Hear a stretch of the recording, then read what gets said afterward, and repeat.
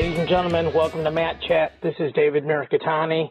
Today, it is really a true honor to be joined by one of the legends of the sport, the founder of the Sunkist Kids, Mr. Art Martori. Art, thank you so much for being on with me today. You're welcome.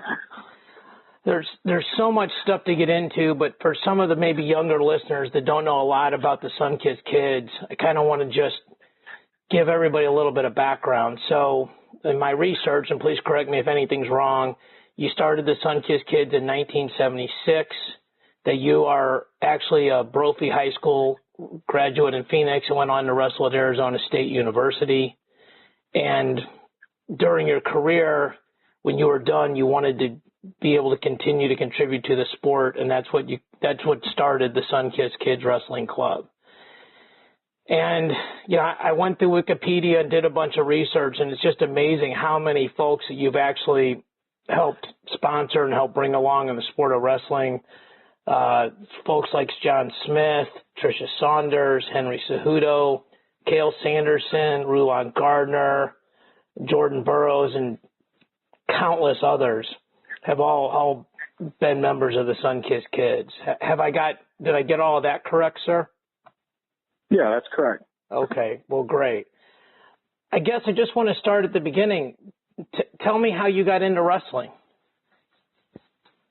I got injured. I was a football player, got injured in a freak accident, and so to get in shape, stay in shape, I started to wrestle when I got healed up and hurt my elbow, and it was healed up, and I didn't have anything to do, so I went down to the YMCA, and Brophy didn't have a wrestling at the time, and started wrestling, and it was evident that I was never going to be very good at football. I wasn't big enough, and so I was a 157 pounder, 154 pounder at that time, and so I just enjoyed it so much, and it was contact, and I had three other brothers and a sister, and we had contact almost every night, so it was something that wasn't foreign to me, and you know, it's nothing like these days when kids are starting when they're 8, 10, 9 years old, and we have an academy that has those kids in it in middle school, and so I was kind of a late bloomer, but enjoyed it and enjoyed the camaraderie and just the challenge it did for me, how it pushed me, and so that's how I got into sport. Wow, what's wrestling's gain is football's loss, for sure. So, what kind of wrestling career did you have, sir? It was okay. I mean, I had I wrestled at the Phoenix College, and we would wrestle ASU, and I mean, I wrestled at Phoenix College. You didn't put that in there. We wrestled and did okay there. Didn't win any championships, but then I went on to ASU and did pretty good. And we were WAC champions at the time. I was a WAC champions with some really great guys, Curly Culp and wow. Glenn McMahon and Buzz Hayes and the Russo brothers and Lloyd Eck, and we just had we're still all friends, and just it was just a special thing for me, and I think most wrestlers can tell you the same thing. It just was it's a lifelong experience with those guys. And then after college, I tried out for the Olympics. I didn't make it. I got close, but didn't make it. And I think it was in 1964. And, that's years ago, decades ago. And but it stopped and went into business, and the rest of its history. I mean, I started working with my parents and my dad, and then now they're all passed away, and my brother and I own a large farming operation, and I'm able to support my hobby, and it's much more than that. But a lot of people want to joke to me about a hobby, but it's something that I think it's a worthwhile thing that I think wrestling especially the times we're going through right now with the decrease of people involved in the sport at the high school level, people more specializing and different, and there's a lot of different sports for them to pick from. But I just saw an opportunity where when we were wrestling, we would go to tournaments and we all jump in a car, somebody's car, and there'd be 6 or 7 or 8 of us in the car, and we'd have one motel room, and we'd be eating bologna sandwiches and try to wrestle. And Glenn tells a funny story. We'd go to these tournaments, and he would walk up to whoever the tournament leader was and promoter, and he said, "Why don't you just give us the trophy now, or we'll beat the hell out of everybody, and then you'll give us it later." And so we had a really good time, and we had a lot of fun with it. And but it was a struggle, and obviously we didn't wrestle the best we could have if we had a little bit better situation, and that's what really started the Sunkist, was that we gave opportunity to a lot of wrestlers for them to be able to wrestle and go to tournaments, and that's morphed into a much more sophisticated and less numbers, but really high intensity training and opportunities for those individuals to get on the podium. Wow, that's such a great background. And you really kind of led me to my next question. I know I read you guys started Sunkist Kids in '76, but what was the genesis of that? How'd you come up with the idea? And like you said, it's evolved. How has the support changed over time? Yeah, it evolved. We had somebody who was head of New York DC, and he came up to me after a tournament, and he said, I had a couple of athletes that were on the West Coast. They happened to be on the East Coast, and he said, you better, why don't you just stay on the West Coast and we'll take care of the East Coast. And that's kind of, you don't know me, but I love somebody to challenge me and tell me what not to do. And I've heard that. and so we went out there and decided that we'd just grab up everybody. And then we had a nice long run of winning championships. But it's not about winning championships at the national level that we're about anymore. It's about trying to put people on the Olympic team, the world team, and trying to get them to a level that they can get on a podium. It's not easy. You got to send them all over the world. They have to compete, and they have to compete at the highest level. And that takes a lot of money, and you can't do that with 100 athletes. We do it with a handful of athletes now, and that's our model. Other clubs do different things, and we all do a different thing. We're all important on what we do, but that's where we still fund about the same level that we've always been funding, but we fund in a different way. Well.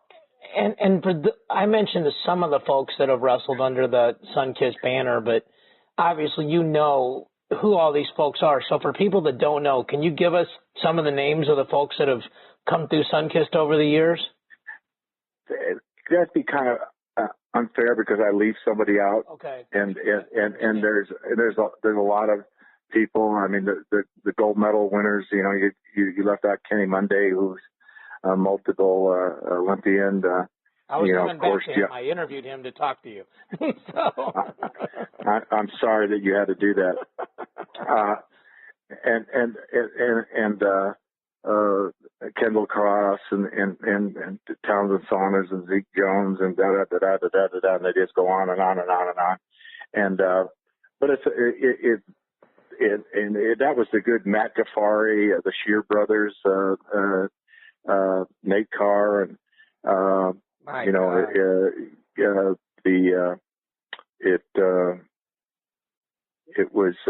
it's been a good run. The women is, I think, all of the men. What we've accomplished with the men, those fellas we just helped them. John Smith was a great wrestler. Art Martori didn't make him a great wrestler. He was a great wrestler. We gave him the ability to do what he needed to do. to get to the level he became, the greatest wrestler we've ever had, and one of the greatest coaches we've ever had. And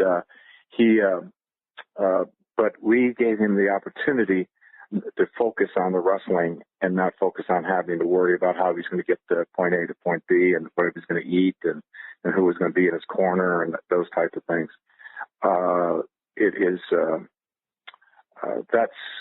That's what we did. But I think what I'm proud about, I'm proud about our academy, where we take the kids at the beginning and give them the opportunity and watch those kids turn into high school champions and national champions and then Olympians and the women the women's program that we have and Helen winning the gold medal this last Olympics and Tricia, watching her how she did and winning her medals and the world medals and the other women who have won medals at the Olympics and all of the women. I mean, that with Jim Shear and I and with Tricia, that we pushed the U.S. not the USOC but FILA into a corner that they had to do that. And I believe wrestling wouldn't be around today if we didn't have women's wrestling. And that would have given them the excuse that they needed. And it's because Tricia Saunders knocked and pounded on our doors and put her foot before we could slam the door. And we have women's wrestling because she wouldn't just leave us alone. And following up on what she wanted and doing it and meeting with the USOC and meeting with the FILA was a great accomplishment. And watching them at the Olympics and see how they progressed when I would be sitting there and listening to the officials laugh at the women's wrestling and that nobody laughs anymore. Wow. They're very accomplished and do a great job in the sport. I think they obviously it's something that is growing across the country. So many things, but one of the things that jumped out to me that you said was about how you guys really made FILA, which is now UWW for folks that don't know, bring women's wrestling on. And I personally share your opinion about how women's wrestling is instrumental in keeping both genders of wrestling around. Can you share with me a little bit about what actually kind of happened with FILA to get women's wrestling at the Olympic level created? Just the persistence of Trish and Jim and sitting down with Martinetti and Rafi and showing them the benefits and what needed to be done and where the world's going. And Rafi's wife jumped agreeing with it, and it was those people and sitting down and working out the weight classes. I mean, it's funny to now thinking back because I didn't prepare for this, but thinking back that we were sitting in the bleachers and we were writing down weight classes and Trish was saying, well, we should do this and we should do that. Because guys don't know weight classes for women. Correct. And now we came up with the weight classes and we submitted it to Rafi and we said, here's the weight classes. And that's the weight classes. Oh, that's amazing. You guys literally did them in the bleachers?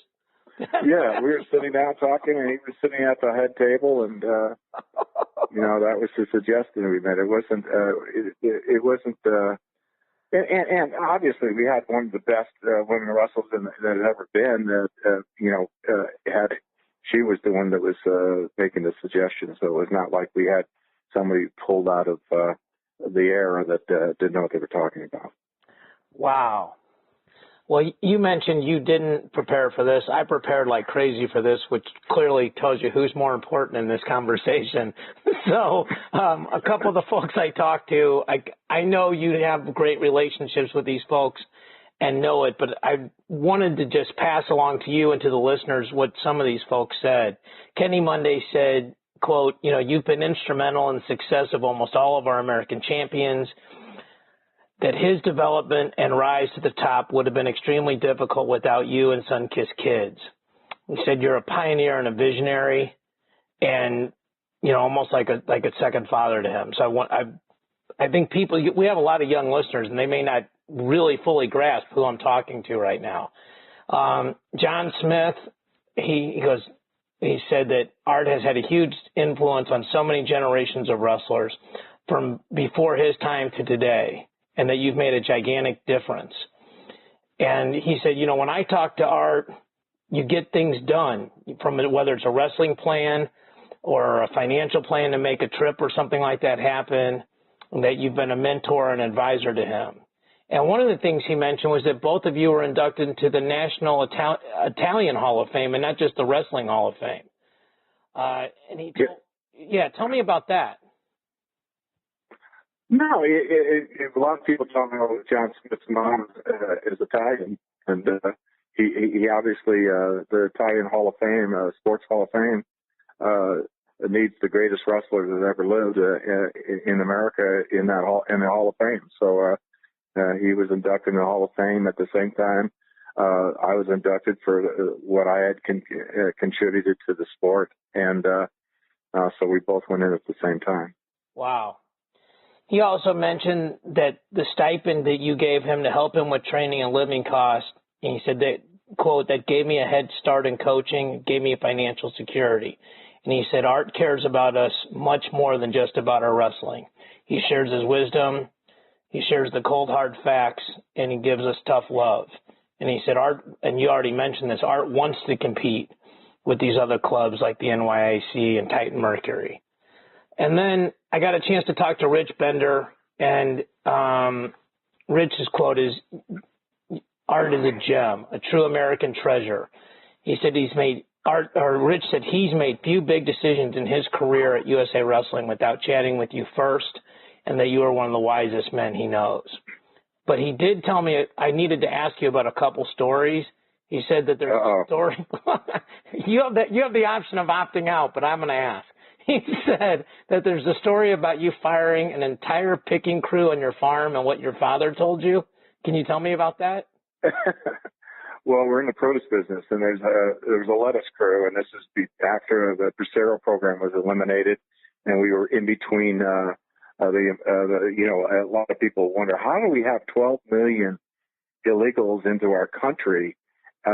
What was happening? Well, I hate to tell you this, but our Border Patrol kind of wink, wink, nod, nod, because when we put out the Bracero program, there was nobody to harvest. There was nobody there to do the work. And so we had to replace those people. And so those Braceros came back across. And if you do the math over the time period, we're talking about thousands of people coming across the border in a very, very, very short period of time each year. And so during that period of time, we couldn't find anybody. We would have this, the workers would come out to the field, and you really just were blessed that anybody showed up. And I was out of college, still doing a little bit of wrestling, and I was not afraid of anybody, and do it, it wouldn't take crap from anyone. So I would go up to a guy, and that box of lettuce used to weigh about 45, 50 pounds. Well, this box is 24 pounds with just a bunch of leaves. Okay. And I said, "You're fired. Get out of here." Well, he just stood up, said, "I'm fired? Okay." And he looked around, and we had about 50 people in the field. And he says, "Adios." And adios. Everybody went. And I called my dad on the radio, and I said, "Hey, Dad, the crew just left. I just fired one guy, and everybody left." He says, "Well, we got to harvest 5,000 boxes today. Just get at it." And I learned from that point on that sometimes there's a word that we all do. We all do it with our wives, but we do it in business also. It's called compromise. And so I learned the definition of compromising that day, and I don't make that mistake anymore. How did the 5,000 heads of lettuce get harvested that day, Art. They didn't. Obviously, they went at the end of the week when we were supposed to have X amount of harvested. We obviously cobbled some crews together and we're back in business the next day.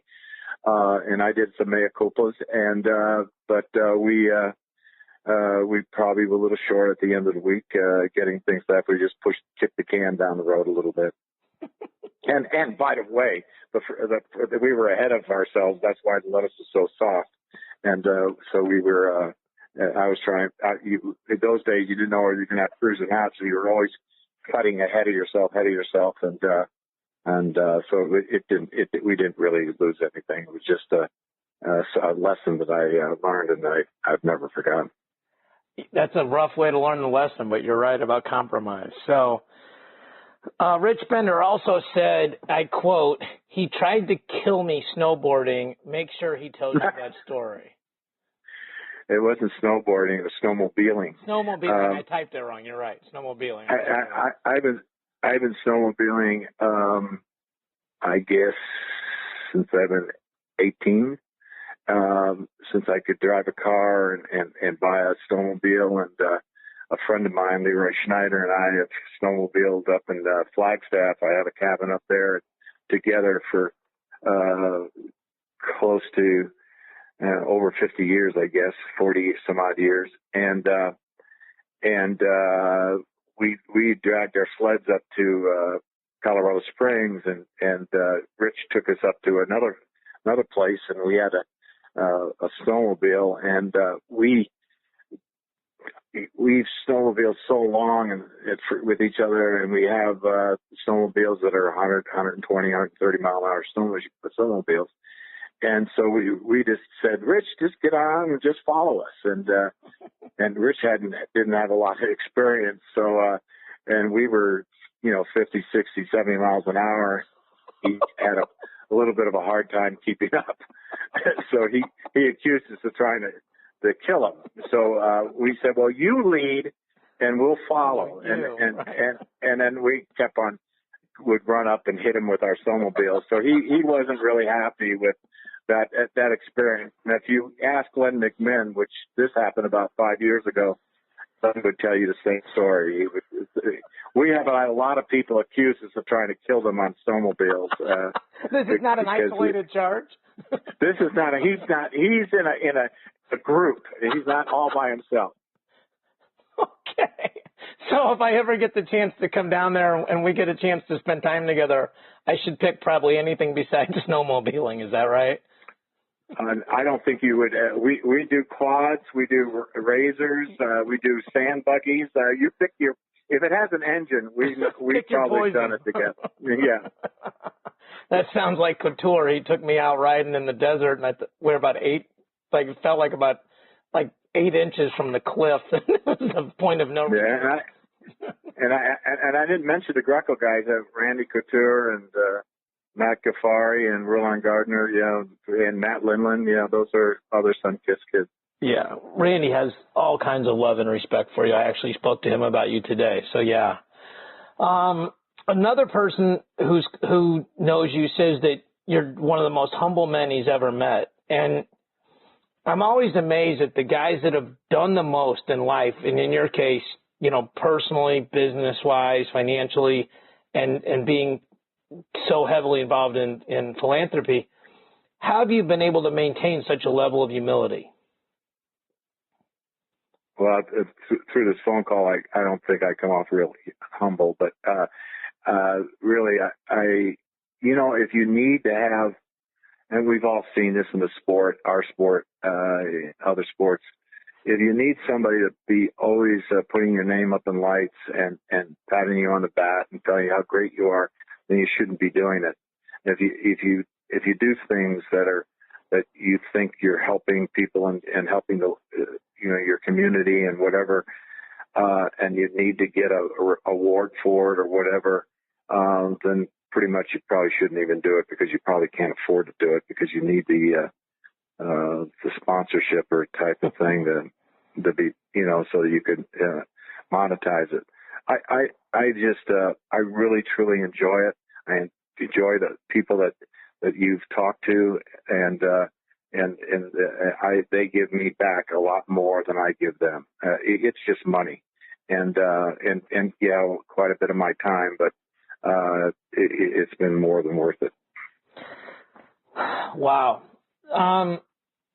Tell me what, if you don't mind, this maybe be a hard question to answer, but I've been lucky enough with these podcasts to talk to some really successful people, and one of the things I really like to do is pick their brains about their philosophy about life and about competing. So, and you compete obviously as the Sunkist Kids, you compete as Martori Farms. What is your philosophy on life and on competition? Well, competition, I mean, if I'm competing in business, I give people more than what they're giving me. I mean, I tend to overproduce, overqualify. Like our melon business, we deal with all the top people in the country: Walmart, Costco, Aldi's, Hy-Vee, Myers, Kroger, Safeway. It goes on and on and on. And those people require the best, and we give them the best. We overqualify. We give them better than what our competition does, and we don't get more for it. And but that way, we always are performing at a very high level, and we have our product pre-sold. So you don't go, and we're at a dollar that we're charging that we're making a profit. And my dad told me a long time ago, you never go broke and making a profit. So we could maybe make a little bit more money, but we rather have good customers, get paid, and give them a really good quality product, and they demand it, and we give it to them. And it's privilege for us to do those. Are you still there, Art? Yeah, I'm still here. Okay. Sorry, the phone cut out for a second. Okay, so I don't think people maybe even can grasp, and I don't want to be gauche and talk about finances, but Martori Farms are just all the clients or customers you just named. You guys are unbelievably successful, and I would think that your success in business, and obviously, your college career was good and trying out for the Olympics, it wasn't like you're just some guy that took fifth at state one time. How do you think your success in business has bled over into the people you've been able to have impact on in wrestling? Well, I help them. I mean, I sit and I have credibility.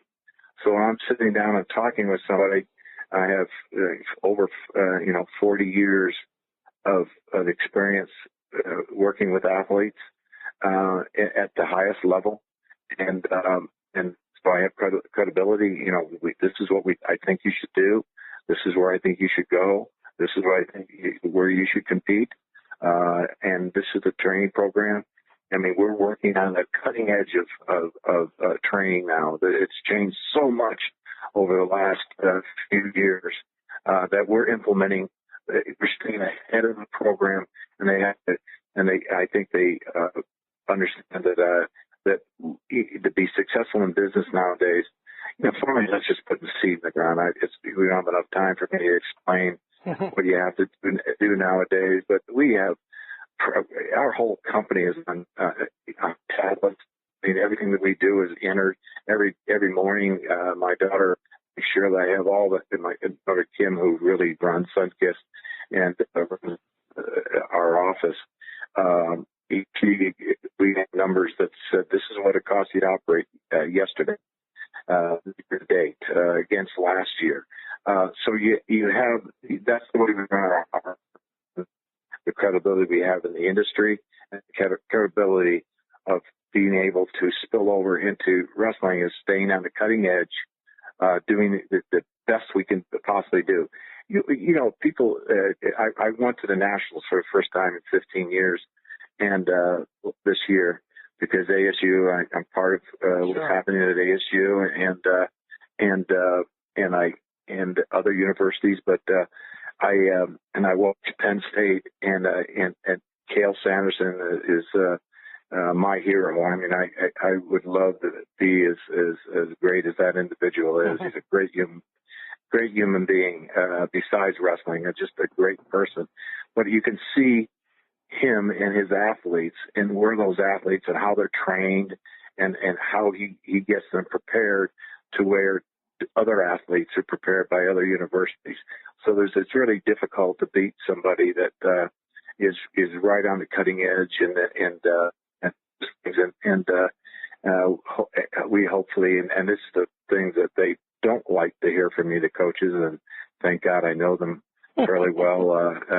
They hate to hear Art Martori's back into wrestling, collegiate wrestling, but we got to ASU, and ASU, it wasn't just getting Zeke, but ASU stepped up, put money into the program, and that chump change big dollars.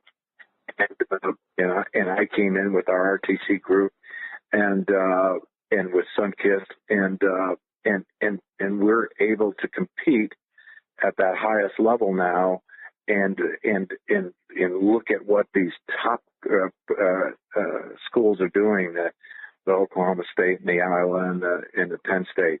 You know, Penn State is just way above, but he's there differently than Iowa's there. He's there at a different level. They're at a different level, and it's going to be a while for people to try and catch up, but we will, but you have to do a lot of things to get to that level.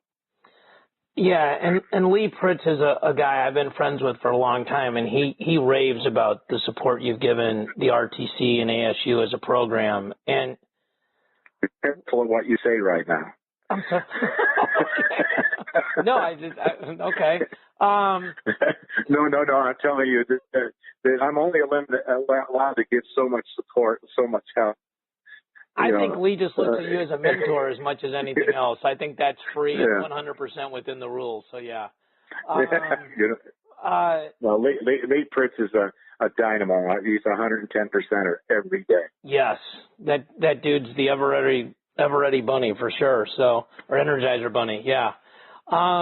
What was your role in saving Arizona State? Because several years ago it was dropped for a real short period of time. What happened there, and what was your role in making sure that didn't happen? It was just a simple transaction. It needed funding. It got the funding, and until it could get certain things happened, and those things did happen, and the university took over the funding after a few years, and we have it right now.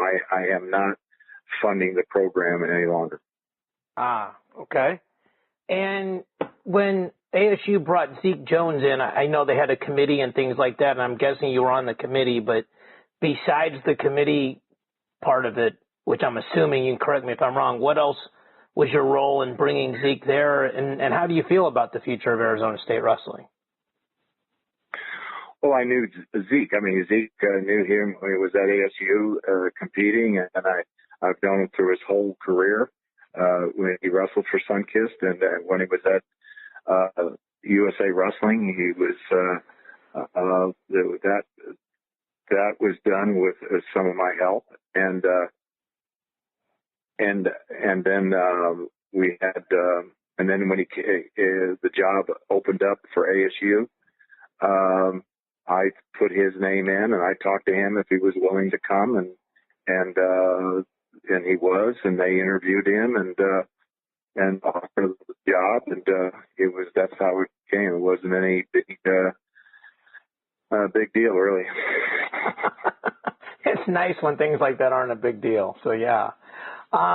When you're in my role, for people that don't know, you write up a list of questions, and sometimes you have no idea what the answers are going to be, and then as you start talking to folks, you get a pretty good idea.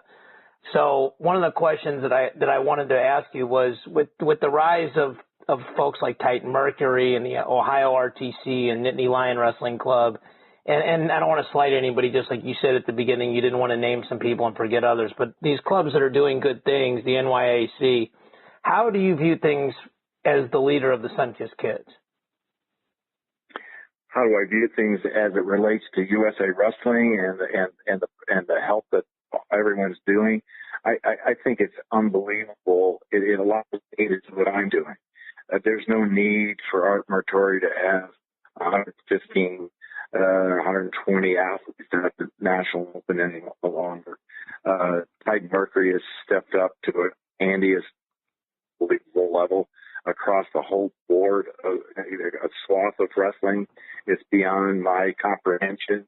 And great that he's doing it. He has the capability of doing it, and it's a godsend to the sport. And what the Lions, everybody, this is a program that we implemented when ASU won the Nationals. We had our club there, and it's just you sharpening steel to steel.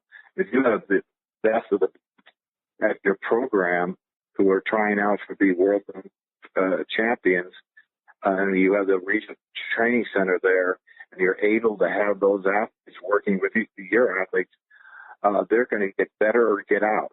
So you can see what's happening at Penn State, Ohio State, across the board.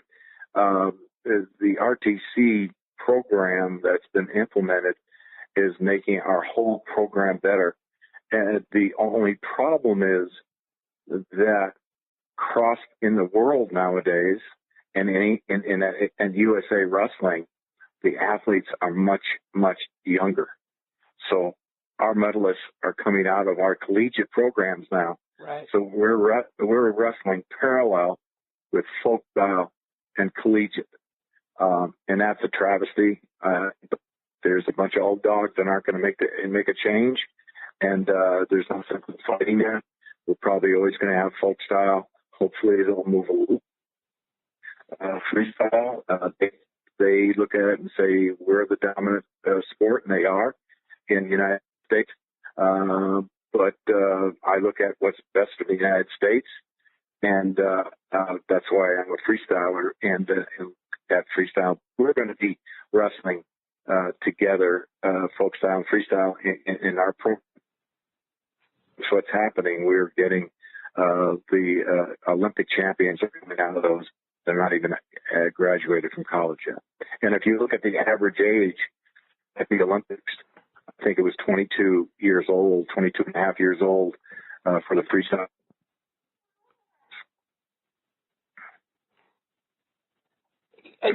Yeah, the phone cut out a little bit. I don't know if you're moving around, but it kind of is cutting in and out a little bit. But no, I didn't. I'm not. Okay, so one of the things you talked about was these RTCs, and it's so interesting your viewpoint, because you look at things from such a global, top down, 50,000 feet. I've been through all the battles. I know what needs to happen. So do you feel like the Olympic team should train together, or do you feel like the current structure is better, and why do you feel, whichever position you're taking? You can't afford an Olympic team together because they have to have workout partners. It's just not the Olympic team. They beat each other to death. Right. I mean, you have to have 3 or 4 workout partners. That's why the RTCs works. They take these collegiate guys, grind them up, and give me another one, and grind him up, and give me another one. And while they're doing that, they're making that athlete better. And then periodically, they move into up to Colorado Springs, and Bill Zach and his team take them and fine-tune them, and then they put them back into the RTCs, work at it, put them overseas, work at that, bring them back. So I think the program is working. It's not. I don't think changed drastically, and I think that if you try to put them all up in Colorado Springs, it would be an economic disaster. That makes a lot of sense. One of the things that when I talked to Lee and he said you'd be willing to do the interview, one of the first questions that popped into my head was what happened when wrestling was going to be dropped from the Olympics? Because, most of us who love wrestling, we certainly signed a petition. Maybe we made a donation. Maybe we bought a T-shirt. Maybe some people did a little bit more. There were a few major movers and shakers that made this thing not happen. as much as you're allowed to share with the public, what specifically had to be done to save wrestling, and what role did you and other people play in making that happen? Well, I think a group got together. Bill Scheer led the group, and there was a lot of money raised, and that money was spent on and getting people to talk to the right people. The IOC, you have to understand the IOC, and that takes a lot of time. It's, you're dealing with a political animal, and understand when you think, people say that wrestling was at the brink of not being, was going to be kicked out. Look at the vote. We got enough votes off the first round that we were put back. We were taken out of the group that was going to be eliminated. The team sports were put up to a committee to have them eliminated, and we were exempt from that at the first vote. These other sports that were spent millions and millions of dollars to try to get into the Olympics were eliminated at the first vote. They did not have the right, any kind of excuse to eliminate wrestling.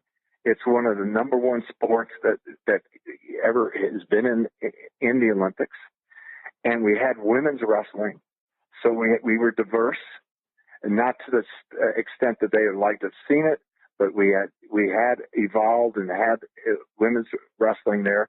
That's why now it's 6, 6, and 6, 8, and 8 at the Worlds, and so I think there was just a lot of explaining to people, sitting down with the right people, and making sure that everybody understood that it wasn't a smart thing to eliminate wrestling. Look at where wrestling is very, very strong. Russia and Iran and who have a lot of influence at the IOC. So with the United States pushing it, look at the committee that was on there that we talked to, and I knew that we were not going to be eliminated early on. Wow. Yeah. Okay.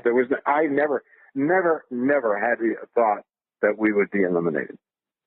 So you guys just did the process you needed to confirm that, but it wasn't as scary to you. No. That was just there's a lot of people that felt different than I did. I'm not saying that I knew something that they didn't know. You felt I just that did, in my heart. I didn't think that the world would eliminate a sport like wrestling and put in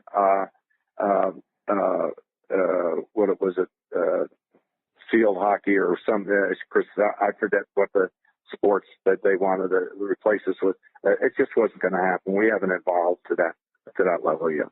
Yeah. It makes sense when you describe it that way. It was a handball, glass handball. I think handball was one of them, honestly. Yeah, handball. I just don't think that there's that many handball players in the world. There was a lot of money behind it, but I just don't think there's a lot of handball people. And I think when you look at the influence of the sport of wrestling and who the people who have where they're at and what sports they were involved in, I think you'd see a lot of people that were wrestlers that are in charge of a lot of important companies and positions in governments throughout the world. Yeah, and a friend of mine says, when you think about sports, like when the Olympics were originally created, like, 1896 or 1904, and I don't want to get the date wrong, but that the first sport was probably wrestling and the second sport was probably running, because once you got done kicking my ass, I probably ran. So probably handball was pretty far down the totem pole in those things. I mean, the 15 handballers, I didn't think they had enough. They might have had a lot of money, but I don't think it was going to be Yeah. What do you see as the biggest challenges and biggest opportunities for wrestling? Here, I guess, from the United States point of view, what are the biggest, The biggest opportunity for wrestling is a great sport. Makes you a better person and makes you be able to walk up to Donald Trump and talk to him and say, how are you? Or to Hillary Clinton or to you or to anybody. The ability to understand how hard work will get you something. It makes you smarter. In men and women, I think it's a great sport for them to be completely well-rounded.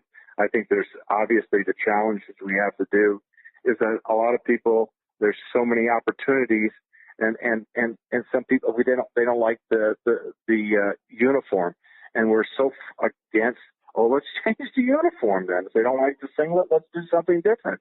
Yeah. If they don't like if it's all about winning, we at our academy, we don't put our 1s and 2s beating the crap out of our 3s and 4s and 5s. We send the 2s to one tournament, send their 3s and 4s and 5s to other tournaments. It's not all about winning. It's about doing the sport. Taekwondo and judo and other sports, they've already figured that out. Yeah. We're too much about winning, and it's ingrained in us. I mean, this is heresy because if I talk to John Smith about losing, I don't think he understand the word losing in his vocabulary. Every coach wants to be a winner, and it's all about winning and putting the best team out there. I'm not talking about that. I'm talking about getting young men and women introduced into the sport, so we don't chase them out. We chase out 40% of the athletes to try out for the sport because they can't hang, and it's just too hard. You don't have to. There's a certain amount that want to be competitive, and there's a certain amount of people that just want to be in the sport and do the sport. And let's face it. Look at every university, every college, every team. There's 30 or so athletes on there. There's only be so many of them are going to wrestle. Correct. So there's a lot of people that do it because they love the sport. And we have to understand, let's find the people that just love the sport, and we'll get the elites out of them. But let's not beat them to death while we're trying to find the elites. And because everybody has people on their team that's there because they love the sport. It's so well put, and you're right. And sometimes, if wrestling is smart, some of the biggest donors, some of the people I know that love wrestling, that supported my father and I when we were at Merrimack, were far and away not the best wrestlers when they were at Merrimack, but they loved the experience. They loved my father coaching them. They loved what wrestling did for them as a person. And they came back and supported the sport and supported the school. So, as usual, you're correct. So, but I think that's a perspective that probably more of us need to take. One of the things that strikes me is how so many people have such reverence for you, and deservedly so. Who are some of the people that you really respect the most in wrestling, and why do you feel that way? Well, I respect all the athletes. What they've accomplished and what they gave up. A lot of them gave up to get to where they wanted to be, and with that dream. I respect the coaches. I respect Bobby Douglas to a fault. I know him for so long, and Bobby and Josie, who really introduced me to the upper level of the sport. Tom Dubin, who I started out with at the Wrestling Club, who made me love the sport, and my fellows that I used to roll around with down at the Wrestling Club at the YMCA. That's my roots and beginning with Tom and those athletes, and then going to and then when I started Sunkist with Tom and then with Bobby Douglas, and then Josie, and with all the coaches that have helped since then. I mean, there's been a whole bunch of them, and I don't want to cut them. I respect the coaches because they all have such a vocation, because they just recently have been getting some good pay, but they don't even come close to what some of these other coaches get. But they're all in good six figures. A lot of them are in good six figures, but they're still they do it. If you probably put it down by the hour, they're probably making $10-12 an hour. That's right. Lee Pritch is making $5 an hour. We're getting him off food stamps. Yeah, Zeke has got bags under his eyes. I told him the other day, God, Zeke, I mean, you can't put in 15 hours a day. You got to sleep. And but the coaches, it impresses me to death, and what they've done, and everybody that steps up. You mentioned Andy Barth earlier. Yeah, Andy Barth doesn't have to do this. Doesn't have to do it. Right. But he does it. Look all the lives he's touched in a very short period of time. How much what he's done with Beat the Streets. Look at Beat the Streets. What they've done with starting in New York and now in LA and other. Now they're going to increase. Novo is what he's done. Yeah, I mean, it's wonderful. Yeah. It is Jim Ravanack and. What he's done, he did for the sport, staying there for so long, helping wrestling and get with his wisdom. I mean, I could go on and on and on and on with people. I mean, I'm impressed with the sport itself and how well it's done. And those are just the people that spelled it.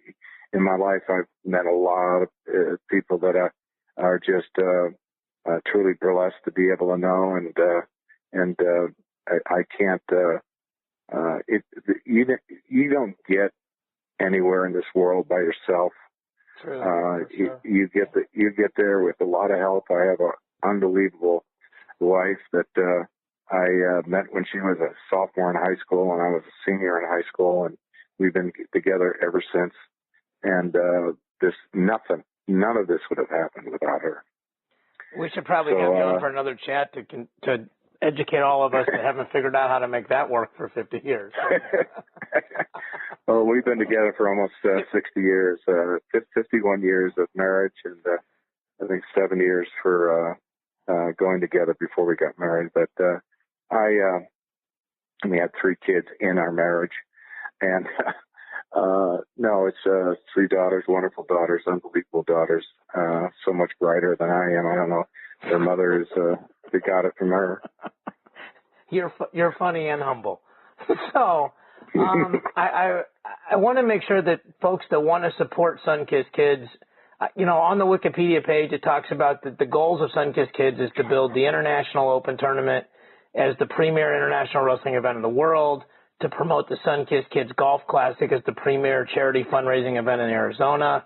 You've mentioned the Kids Academy and that exists, and also to develop and to implement summer wrestling camps to help these guys grow, men and women, and then to develop opportunities for the Sunkist Kids athletes through individual sponsorships, local employment, and assisting them in transition beyond their wrestling career. So if people listen to this and they want to get involved or support Sunkist Kids. Hello?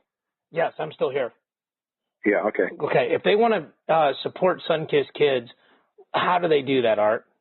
Just go on our website and send a check to Sunkist Kids. We're a 501c3, so it's a tax donation, free donation, and we appreciate anything because to keep our golf tournament is in 2 weeks, and we have a full team, 144 players. Double and there you go. Yeah. And it's great the support we've gotten from the community and just from wrestling. I was blessed to be able to meet somebody I didn't mention, the officials, but Rick Tucci, when I first got into the sport, and he kind of took me in my wing when I was jumping up and down. I saw a missed call, and I thought the world had ended. And he explained, you're going to see a few. These are human beings, you got to understand that officials make mistakes as well as you do. So you get as you get into the sport and you start doing these things, you see what is important. And like our kids program, we have our own little beat streets, our academy, which I've mentioned quite a few times. Our academy, we have a lot of kids that we bring in there, and we put them on scholarship, and they've done really well. A lot of them have gone to different high schools, across the country, because we just don't have the competition here in Arizona. Hopefully, we're building that competition in our schools, and we'll retain those kids, and they don't have to go to Wyoming Seminary or these other places to wrestle and get good. So the website for these folks that want to support you is just sunkistkids.org, correct? Right. Okay. Yeah. Art, it's been an hour. I cannot thank you enough for doing this. I do have to thank Lee Pritz publicly for probably hounding you and nagging you into doing this. I appreciate it. No, he didn't. He called up, and Lee's feeling under the weather, so I didn't want to make him feel any worse. So I said yes, and I normally don't do these things. But it's been a pleasure. You didn't try to throw any zingers, and I appreciate that. Some people think that's cool, but it's been a very joyful thing for me to be able to talk to you. I appreciate it very much. And no, sir, that's the last thing I would do. And I hope I'm going to be in Las Vegas next week, so I'm probably going to text you and see if I could just shake your hand and thank you in person. I'll be there. You're one of the guys that was, when I first started this show, that was on my bucket list. So I can't thank you enough. You're a true ambassador, a pioneer, and literally one of the most selfless people in wrestling. I've had the pleasure of talking to you. So thank you so much for your time, and God bless. Thank you, David. Ladies and gentlemen, that was the legendary Art Martori. This is David Mirikitani with Matt Chat. Talk to you all next week.